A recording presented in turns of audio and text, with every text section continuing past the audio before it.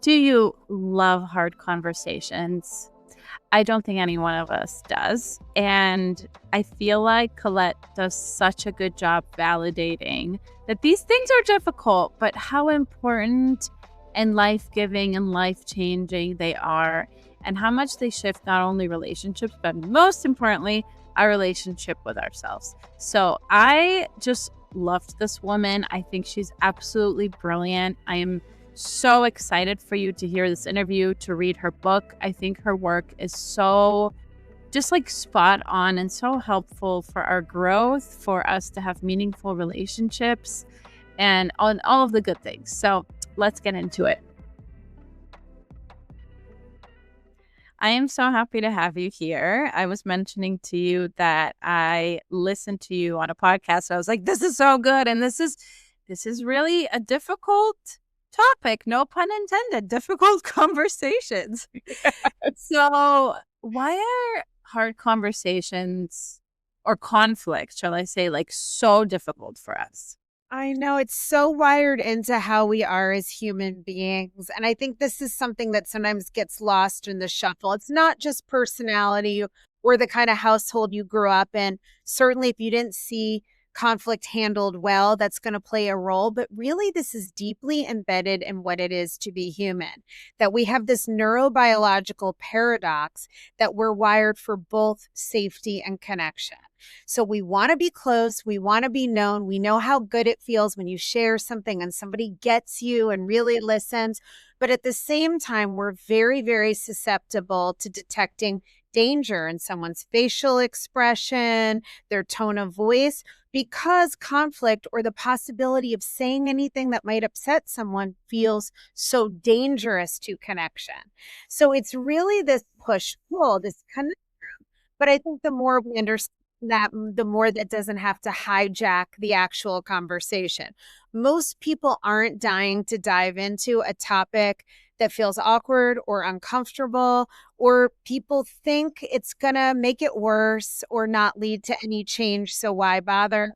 Of course, the opposite is what's true, that we share, and when we do it well, we feel closer and more connected. I love that. That's so validating, I think. And it brings up the question for me, and I think about these things a lot.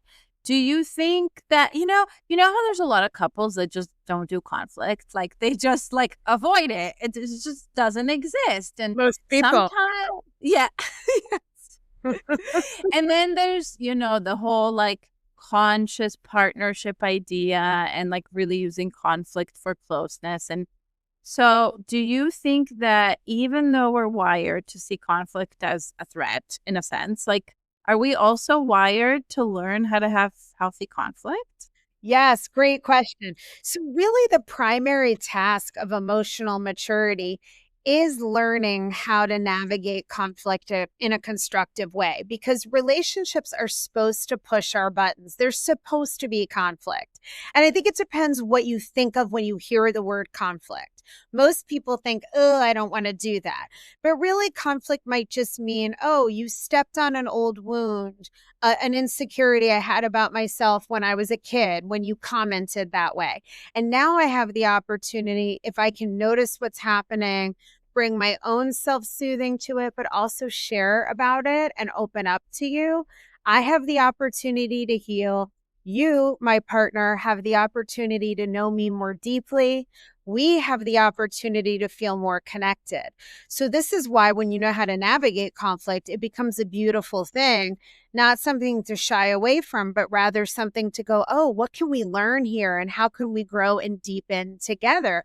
We've just got to accept that the initial instinctive reaction is probably going to have a little bit of fight or flight, a little bit of what I call the siren song of avoidance, where like Odysseus being drawn to the rocks, your brain is going to tell you, oh, don't say that. Don't make a big deal. It's not worth it, right? It's just going to make a to-do over nothing. All that is so automated. But if we can sit past that and go, wait a minute, what needs my attention here? Some things are about our own inner exploration, and we can feel contented by what we're able to explore on our own. But many things, if we say to our partner, hey, this is what came up in me, and we're not blaming or accusing or trying to control them, beautiful things can happen in that space. So what I love about so much about what you said is there will always be like fear and discomfort. It's not like the goal is one day, you just it's so easy and it's just like, yay, we're gonna have a conflict. It's gonna be so great. Let's go. Right, right. So say more about that because I think like on my journey of healing, I've had so many of those stages where I was like, I will never be triggered or, like, Yes. then And like, don't you wish? Yes. it would be lovely, I It would think. be lovely. It would be I mean, theoretically, it would be lovely to never feel any pain or discomfort. But truly, if you're gonna be in a relationship with somebody, there is gonna be some of this friction. And even in a healthy relationship, it doesn't have to mean there are big issues. And certainly, I'm not advocating for blowouts, unhealthy fighting, destructive conflict. And in fact, I identify that in my book as other forms of avoidance because you're not really self-disclosing what's important in a vulnerable way. And just quite simply, though, natural, good, healthy conflict naturally feels scary because it's scary to be vulnerable. Again, we want to do it. We like how it feels when it goes well, but we don't have a guarantee that of how the other person's going to respond.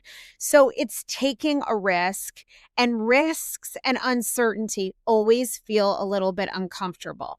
But having said that, what I see in my office and what I've seen in my own life, why I was inspired to write the book, is that once you wake up this muscle of taking a risk to be vulnerable, being a little more assertive, meaning being clear and direct, but being kind and tactful about it, right? You're not a jerk.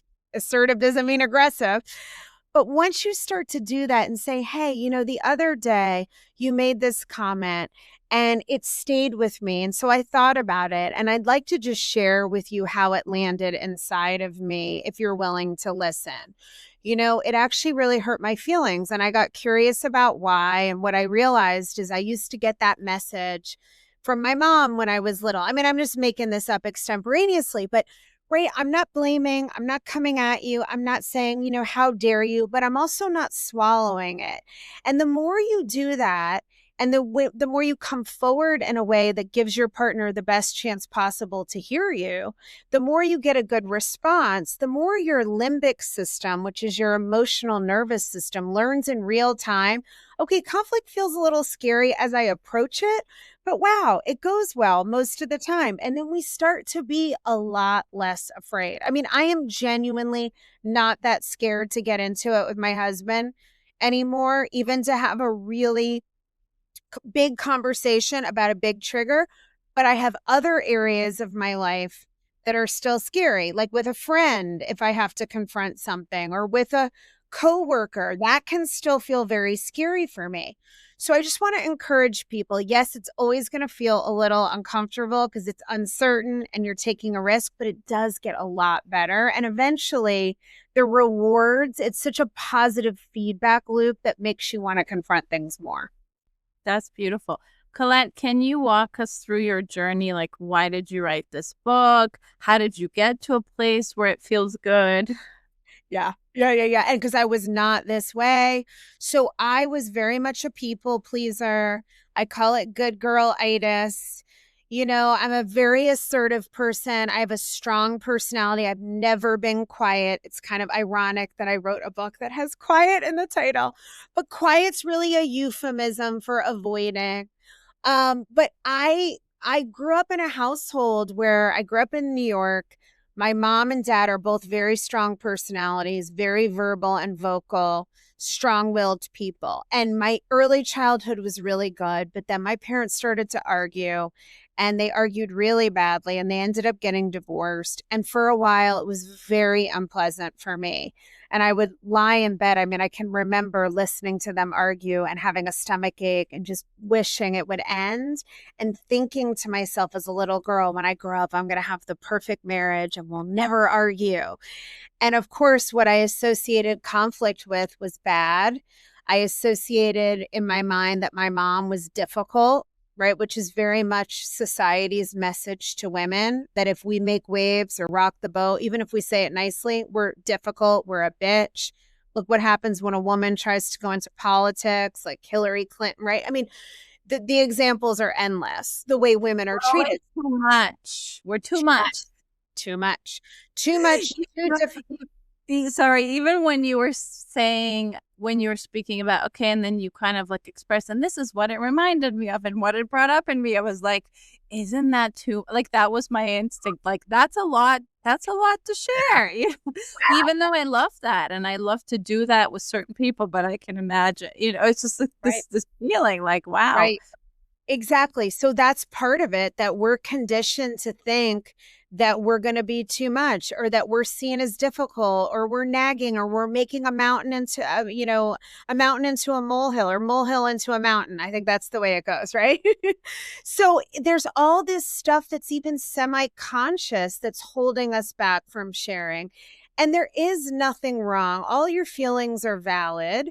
So I took from my family, though, I don't want to be like that. I want to be the kind of person who doesn't rock the boat when it comes to my relationship. I want to be a good wife. I want to be somebody who isn't difficult.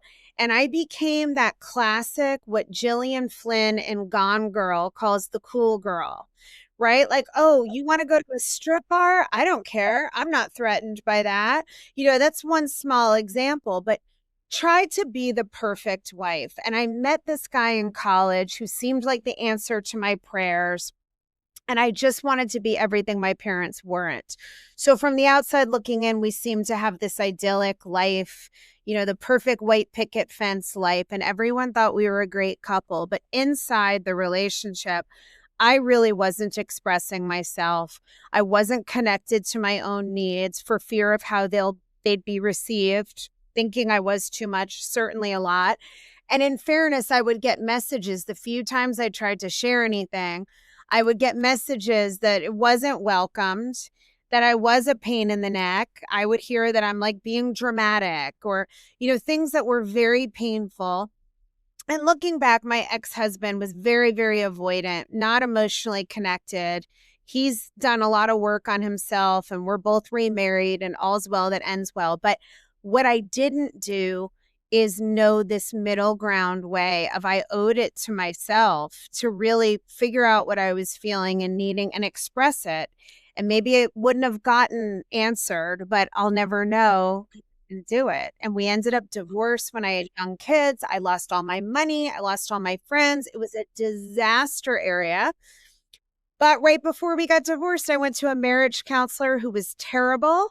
And that experience inspired me to go to grad school and become a couples therapist. So over the years, I've just seen the same dynamics, a version of the same dynamics playing out in my office so many times that I thought, I have to write this book, because it's mostly a problem people aren't even aware of how much they're avoiding, and it can blow up in your face one day. And it's not just romantic relationships. It really is at work, in family, with friendships. So it's really important to learn this method that I teach in the book of self-connected communication. That's beautiful. Now we want to hear the happy ending, please. Yeah. Hello there. Thank you so much for watching, for being here. I appreciate you so much.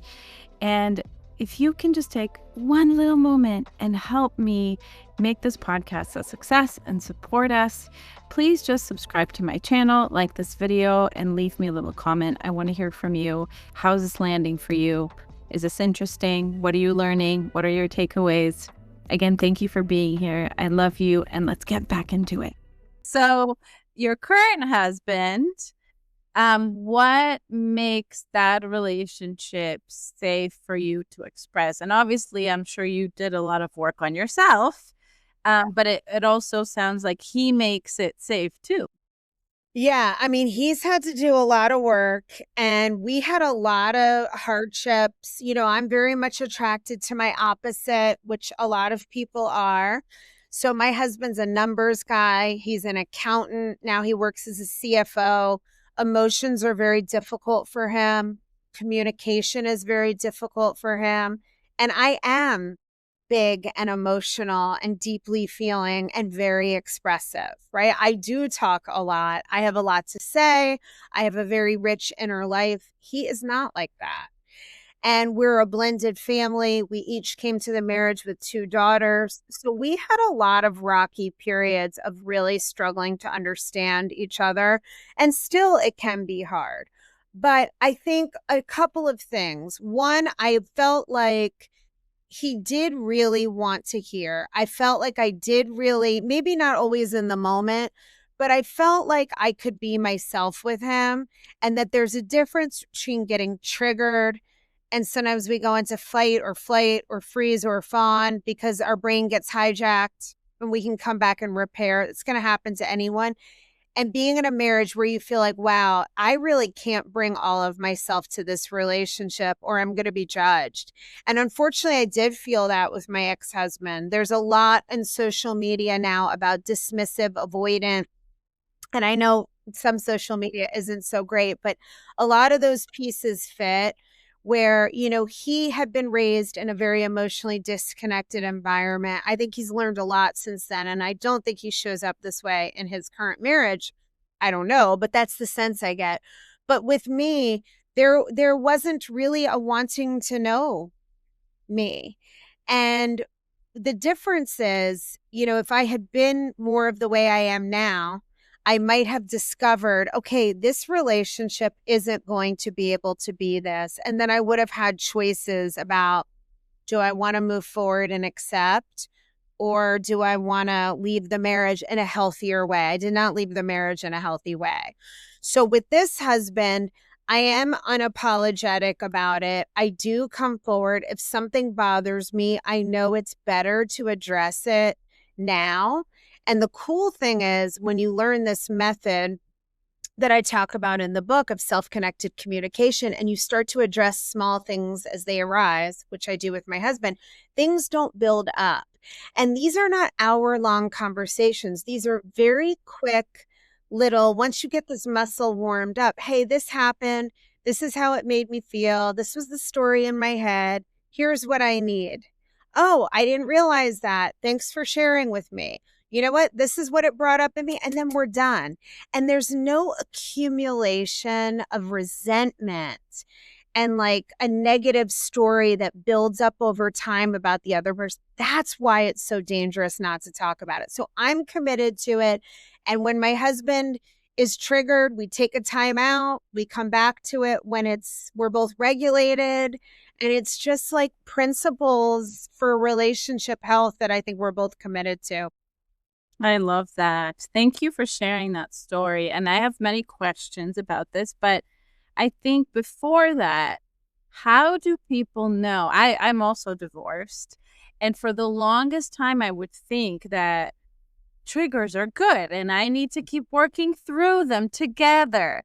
And I think that there's no black or white answer, I know, but I think it's very hard to tell for people, like, where is it like worth fighting for, the relationship, and where is it like healthy and where is it like no longer healthy, especially like the conflict, right? So what would you say to that?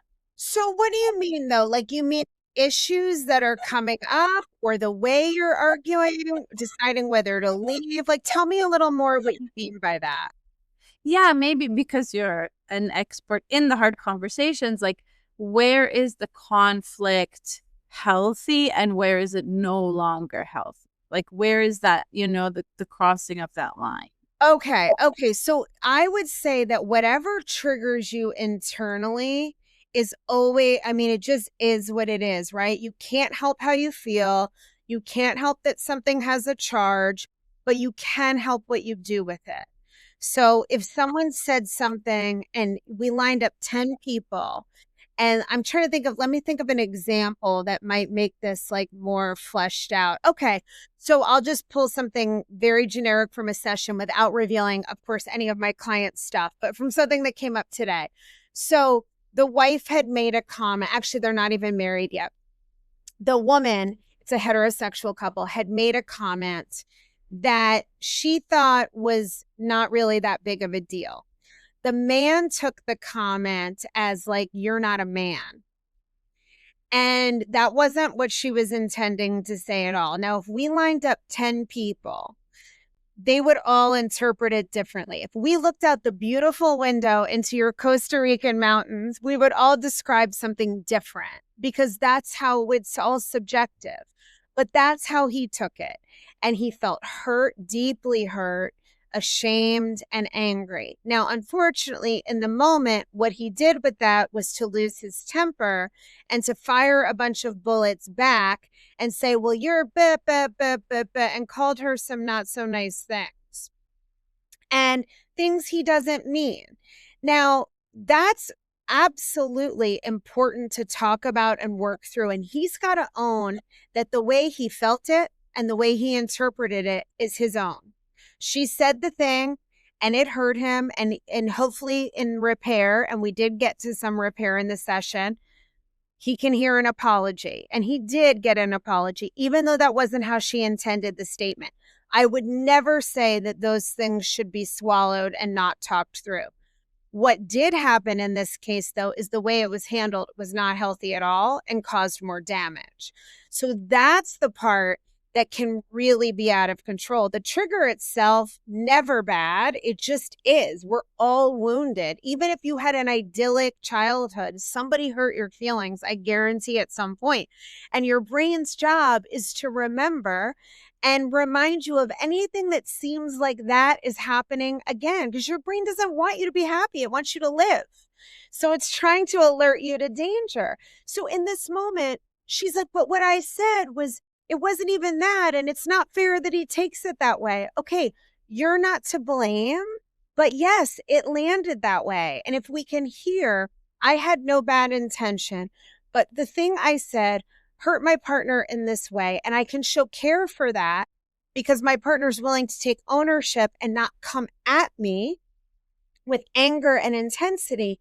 Then we're able to resolve. So it really comes down to how you handle it. And if you shut down, push your partner away, stonewall, criticize, blame, make assumptions, like tell the other person what they're thinking and why they did it and why, none of those things are healthy or are ever going to get you a good response. Ever. Or shame, right? That's another one. Yes, well, and we're all very sensitive to shame. I mean, unless you're a sociopath or genuinely high in narcissism, I mean, hearing feedback, I think this is also important for people to understand. Even if you're confident and you had a good childhood and whatever, and you believe in communication, it's still hard to hear when you love somebody, hearing that you hurt them, you let them down, you disappointed them. I mean, we have to, as adults, learn to tolerate that, but it's hard to hear that. So when we come forward to tell someone, hey, this thing you did or said hurt me, we have to be able to be truthful about our feelings, but we've got to be tactful and just know that if we're coming with any assumption or blame, it's just too hard for people collapse into shame and then they can't hear us. And that's why people get defensive or shut down. Yeah, totally.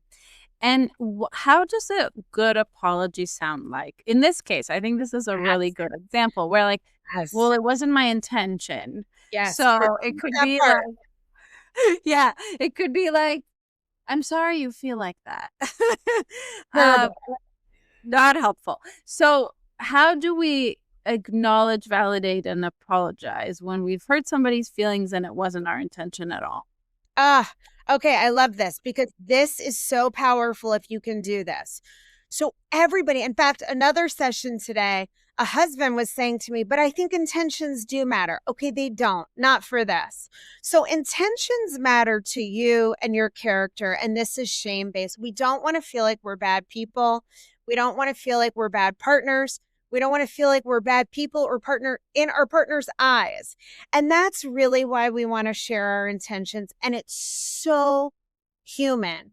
So I'm going to tell you the apology thing, but I just want to bring in one element from my own life that just happened. I have this new opportunity, media opportunity. I don't want to get into too many details, but because if God forbid this person hears, I don't want her to feel like I'm sharing her personal stuff. But somehow I inadvertently, and it was totally unintentional, it seems like, I still don't even know what's really true, but it seems like I must have gone over someone's head or made them feel that way. And a woman that I used to have a very nice relationship with seems very angry at me. And putting two and two together, it's a working relationship. It's not a close relationship, but it was very warm and friendly, and it went ice cold. And reading between the lines, it seems like in the process of setting up this opportunity, I didn't handle it the right way. Now, somebody else there suggested I do it the way I did it. So I was just doing what I was told. I did not know. There's no way I could have known. But I decided to send an apology to this person. And I think this is very instructive for how you do it. I could feel the wanting to, first of all, to assume that I know why she's mad. It seems very obvious to me, but the truth is I don't know. And she's the only one who can speak for herself. So I was very careful about that part. The second piece is I could feel the wanting to say why I did it that way. Well, I was told, and if I had known, I wouldn't have done it, right? I want to defend myself because I feel so bad that I messed up the relationship, that I hurt her, that I offended her. I mean, I hope it's going to be repaired. We'll see. So when I apologized, what I did was I sent her just impact-based apology. And I didn't get into the weeds on the explanation, and I didn't assume I knew. I said, after our conversation today, I sensed there was a little bit of distance, right? Very neutral language about what I observed. And as I drove back to my office, I thought that it might be that I unintentionally made a misstep. If that's the case, I am so sorry. I really respect you and I value our relationship. And I just wanted you to know that there's no need to respond, but I wanted to let you know. So no explaining why I did it. No assuming that I know what she's upset about when she hasn't had a chance to say. No defending my character. If I hurt you, I am sorry. That's what it's about. And, we'll see how it goes going forward. But same thing that I had this guy that I coached this guy and this woman to do in my session earlier today, which is that she felt very misunderstood and unfairly accused of saying something she didn't say. But when we were able to be with those parts of her and realize this is not about your character, you didn't do anything wrong. We sometimes have to tell ourselves that. Then she was able to say, I'm so sorry that I hurt your feelings with my comment. I can see why it landed the way it did for you, and I really regret that I hurt you. Nothing about intentions. Shouldn't have to agree with it. It makes sense given what you've shared. And I am sorry. If you ran someone over with your car backing out of your driveway and you didn't see them, right? Are you a bad person? No, you didn't see them. But would you get out and while they're bleeding out, be like, wait, I didn't see you. I need to explain to you why I ran. No, you called the emergency. Like you'd be like, oh my God, come here. I'm so sorry. I ran you over. Let me make you feel better.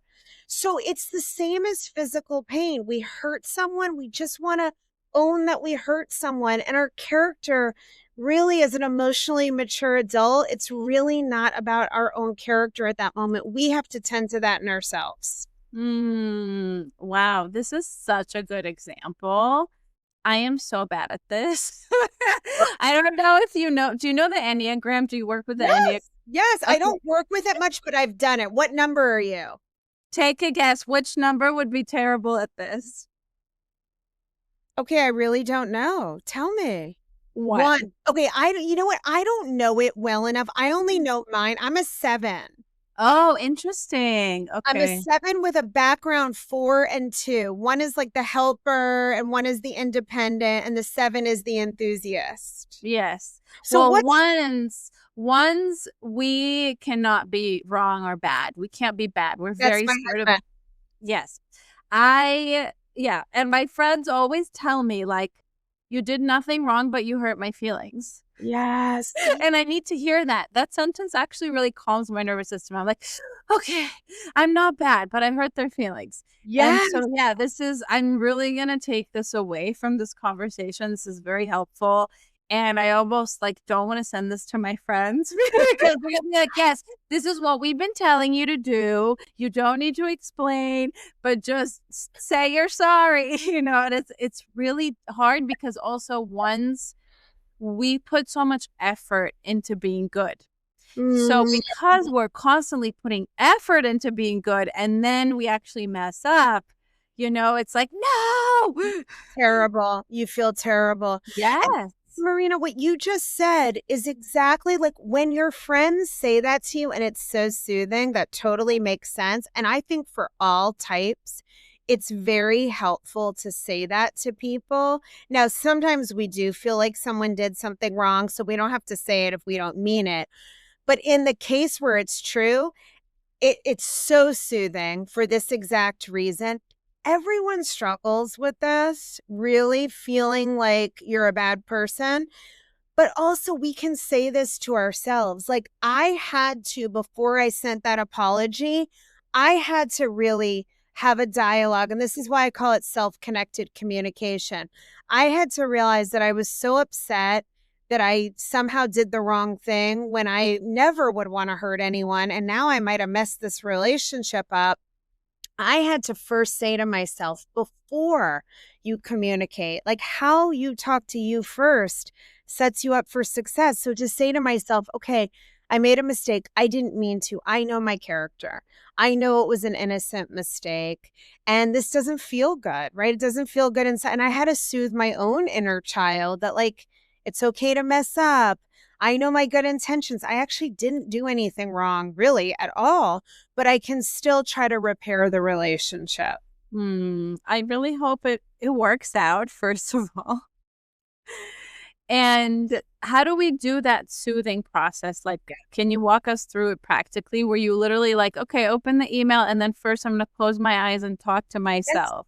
Yes, exactly. Okay. So, of course, I give a lot of detailed information in the book, but let me give you the cliff notes because I think even a little bit of this goes a long way. And once you make this more of a habit, it changes the way you feel about yourself and the way you communicate too. So, it is a simple practice. You can close your eyes, or what I do is I put my hand on my heart because I find that grounding and it helps me connect to my inner child. Some people don't love that language. Even before I became a therapist, I might have thought that sounded kind of woo woo. Now I'm totally into it.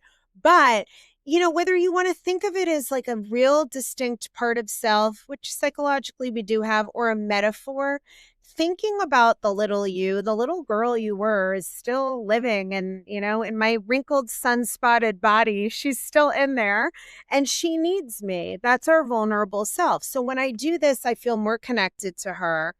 And I will just get curious about what am I actually feeling. It really starts with naming your emotions and not your interpretations, not the story. Like, there was a part of me that was indignant, like, how dare you get mad at me for something I didn't do, right? That's just human. So I sat with that part and I noticed that reaction, and there was tension in my chest about that, like almost an anger. But as you sit with it, what I could see is underneath the anger that I was like hurt and embarrassed that this thing happened in a professional relationship. And that's why I felt angry. So then once we know how we feel, we can talk directly to that part. And there's two things that are the most powerful: self-validation and self-compassion. And I mean, it's really simple, but the act of it's not enough to know in our head, oh, I should be nice to myself. You got to actually do it as an act. So I will just say, oh, I'm feeling angry. I'm embarrassed. I'm hurt. Right? It's okay. It makes sense that I feel the way I do. Like, this whole situation is so awkward and awful, right? My feelings are totally valid. And saying to that younger part of me, I am here with you. I have what I call a sage self. We all have it, a wise, loving adult, bringing that part to that little girl. And the self-compassion piece is just being really loving, talking to yourself like you would a friend. So once we've validated, your feelings make sense. Of course you feel that way. This is horrible. Then it's being like, you're a good person, right? This doesn't define you. It's okay to make mistakes, right? This is a moment of suffering. And I got this from Kristen Neff's work Oh, on I love her work. Me too. Me too. It's really changed the way I experience myself. And self-compassion is so powerful. People are so hard on themselves. But one of the pieces of her work that she pulls from Buddhist tradition is the suffering mantra. And part of it, right, recognizing this is a moment of suffering. Let me be kind to myself in this moment. And part of it is going, other people are suffering in the world right now with me. And that universality is very powerfully soothing because it reminds you, and I did this just the other day, somewhere else in the world, somebody did the wrong thing. They feel just like I do right now, right? And they're just going, oh, this is so bad, right? And they're embarrassed. And connecting to the fact that you're not alone in it makes you feel so much better. That's all part of self-compassion. So that simple practice of just, what am I feeling? Search for it in body, because some people struggle to name emotions. Search for it in your body sensations. Be curious. And then be accepting and validating and offer yourself some compassion. When in doubt, talk to you like you would your best friend. Most of us are nicer to someone who's trying to mug us on the street than we are to our own selves. 100%. And I'm sure this helps. If your husband is a one, I'm sure it helps him a lot because we're also the most critical, self-critical number in the Enneagram. Yes. And Kristen Neff's work is brilliant. I also like to use I don't feel safe right now, or I'm in a trauma response. That also really helps me as like to name it. Mm-hmm. Yeah, and then you're not it anymore. Like it's like there's a separateness. Oh, okay, I'm like observing this reaction that I'm having. Yes. And actually, I love that. And I love the naming of it, because what we're doing in the practice I just described too is you're harnessing your observing ego. You're bringing that presence to witness your experience, and even a little bit of separation, which naming it, like you said, gives you even more.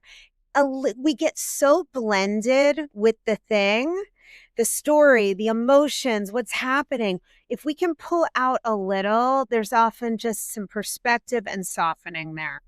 Yeah, totally. So I can already hear many women, especially listening to this, and they're like, this is great, but my partner would never do this. One, and two, like, if you're dating or you're like in the beginning stages or not even necessarily, I know in my marriage, like I didn't really, like you, I didn't share my needs. I didn't even know what my needs were. What would you say to that? Do you feel like a lot of men are willing to get on this boat? So, okay, yes and no. I think society's changing a little bit. Some men at least are waking up to this. And I do see in my office a lot of men saying, I didn't want to come here, and now I'm surprised by how much I love this. So you can't drag someone there. You can't force them. And I absolutely want to acknowledge that there are going to be people, as there are in my life, that you communicate in this way and you don't get a good by the way, the person I sent this message to didn't even give me the courtesy of a response. Wow. Yeah. And I sent a really nice, it wasn't easy for me to do that. So that didn't feel great, but I did my part. I showed up. I acknowledged, I made a repair attempt, and I'm going to assume that whatever that is about her, and that part's on her, right? So what it is really is that you can't say that everyone's going to meet you, but I will say much of the time, as I now live my life this way, and it doesn't mean your marriage is going to go well or your friendship or your work situation, but it does mean you give the other person the best chance possible to hear you. And the beauty is that then you get information about what a relationship can and cannot be. When I'm working with people in a couple or a dyad, usually there's a mess on both sides of the street to some degree. If your side of the street is clean, You don't have to, with someone you're dating for 2 months, you don't have to unburden your whole childhood wound. But you can say, hey, when I didn't hear from you for 3 days after we had a great date, it was surprising and it made me feel a little unsettled. I really need more consistency in communication, even in early dating. Is that something you can offer? When you come forward like that, that's vulnerable. That's clear. That's assertive. You're naming what happened. You're not blaming and accusing. You're not telling yourself you're too much and, oh, I'll push this person away. Fuck that, right? Like if someone goes away because you said that, it may not feel great in the moment, but long term, you are way better off. So, really, what I want people to know is this process I'm teaching in the book, and that is my mission and my work. It is something you do for you. The relationship to me is even really secondary. Yes, it's good for your relationship, but this is something you do for you because your voice deserves to be spoken. Your needs matter. It's healthy to come forward and say what you want and need. We are actually designed for that too. We get sick physically and mentally when we're not just clear and honest. So, if not everybody's going to receive it, great. But you know what happens? The more you do this and your confidence grows and you feel connected to yourself, the more you realize when they don't respond well, you can handle it. Yeah, beautiful. And what would you say to the person who's so terrified, maybe doesn't even know their needs, like has no idea, has no connection, and then so terrified to voice them? Besides, like, of course, like the more you do it, the more comfortable you become with it. Yeah. Yeah. So definitely start small. I mean, I want to also acknowledge that it's hard for people who haven't had a lot of trauma, or even though I had parents who divorced, my parents were very loving toward me and very responsive to my needs when I was young. So that's a big advantage. My life experience isn't totally that my needs don't matter. Now, I have had a lot of people who made me feel like my needs don't matter. So that's mixed in there. But some people, it has never been safe to voice a need. They have to adaptively learn to need nothing just to survive their environment. So this is a tall order.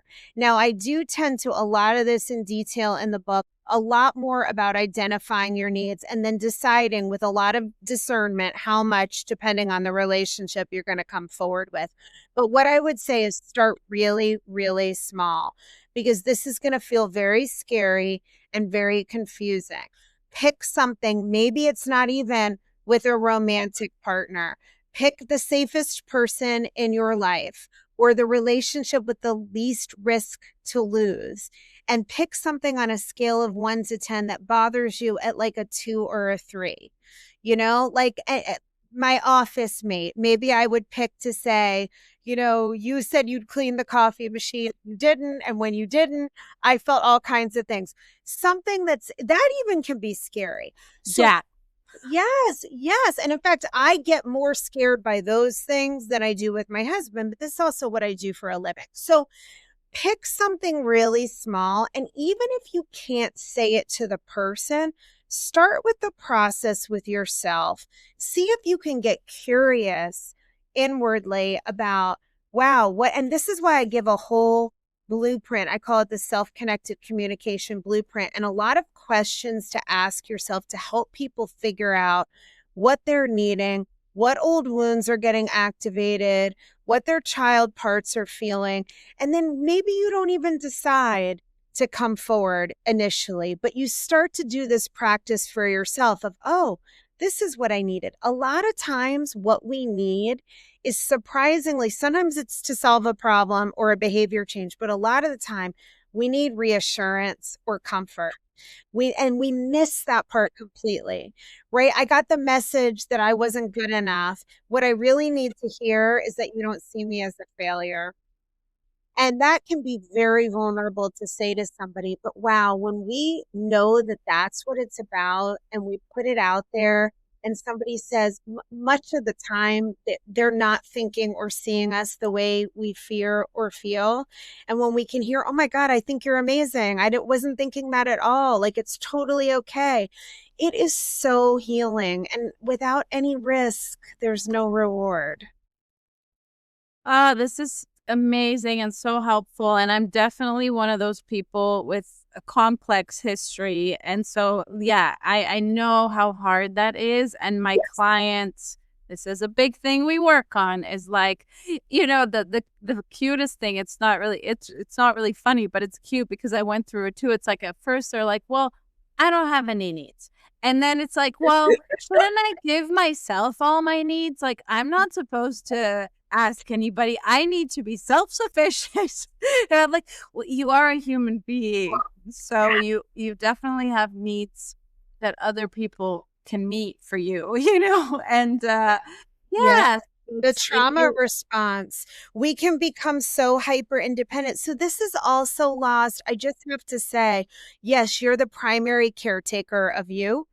And your partner, if you have one, is a secondary caretaker. We can't expect anyone to make us happy or make us whole or heal all our wounds. But it is part of attachment science, the way we're wired, that we do have relational needs. We need to know, and this is from the work of Dr. Sue Johnson and emotionally focused couples therapy. She really brought attachment theory to the forefront in couples work, that you need to know, I'm safe with you. You will be there for me when I need you, right? These are not nice to have things. These are really important things. I need to know that you will be responsive to me and engaged. Like those are normal relational needs. So if you're saying to somebody, hey, you're in a relationship and you had a horrible time and you're saying, hey, I need you, I need some support. Yes, that's human, that's normal. And you do have the right to ask for that. We don't get all our needs met unconditionally, but it is normal to ask for that. And if we have a history of trauma and nobody ever tended to us, little kids are walking around so adultified and self-sufficient that a lot of adults they've totally disconnected from what they need completely. Yeah. Thanks for saying that. I think that's really important. We're starting to wrap up, which is so sad because I wanted to have to ask you so many questions. Is there anything else that you feel like is really important to mention about healthy, hard conversations? Yeah. Yeah, we talked a lot about why it's scary, just really that these things are going to go a lot better than you think. And that the power is in preparing first. And I've talked a lot about that, but I really just want to punctuate it and simplify it a little. That much of the reason, we're already scared of it a little bit because we don't know how it'll go. Then we avoid it and the feelings get bigger and we get passive aggressive or reactive and things come out sideways. And then we go, see, this is why conflict's bad. It becomes a self-fulfilling prophecy. But really, when you take the time to get clear first, even if it's to come forward and say, you know what, I don't really know what I need. I just know I felt something and I just want to be open with you about it. I'm still working on it. I'm still processing it, right? That's legitimate too.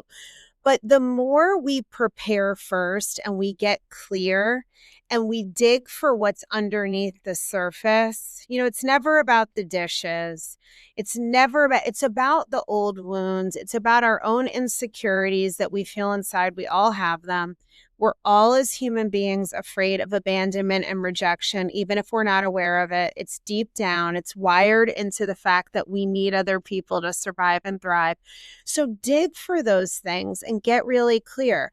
Wow, is there something about what happened that reminds me of times in the past? Most of the time, the way we're interpreting it is through an old wound. And we don't want to project that onto somebody. That's not going to go well. But when we come forward and it's a very simple formula, this happened, I felt this, here's what I need, right? I need to know it's okay to make a mistake. I need to know you're not going to fire me because I messed up. I need to know you're not going to leave me because I admitted something embarrassing to you. Whatever the case, that you're going to be amazed at how many people will respond well to you because vulnerability naturally invites vulnerability. We have mirror neurons, so we send signals of safety when we come forward this way. People, without even thinking about it, they start to open up and be on that same channel.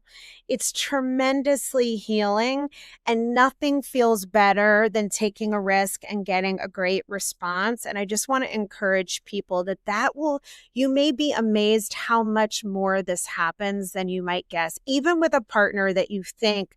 I've had people write me and be like, I read your book and I didn't think it would work with my husband, and I tried it and I couldn't believe how different of a response I got. So give it a shot. I love that. And of course, your book. I cannot wait to read it. I'm so excited to read it. Is there any other place people can find you, work with you? Yes, yes. So my book, The Cost of Quiet, available wherever books are sold. And then I am very active on Instagram at Colette Jane Fehr, and Colette has one L and Fehr is Fehr. Also, my website is ColetteJaneFehr.com, and I have a great Substack where I share a lot of free relationship information for all relationships called Secrets from a Therapist. So you can subscribe there. And I do have a lot of free tools on my website too. And of course, I work with people coaching online and in my office as a couples therapist. Amazing. And you work with people all over the world, or are Yeah. you only licensed Yeah. in Well, MD? if it's for couples therapy, it has to be in the state of Florida where I live, but I do relationship coaching. So under my other company, I work with people all over the place. Awesome. I love that. Thank you so much. I loved every part of this conversation. Thank you. Thank you for having me.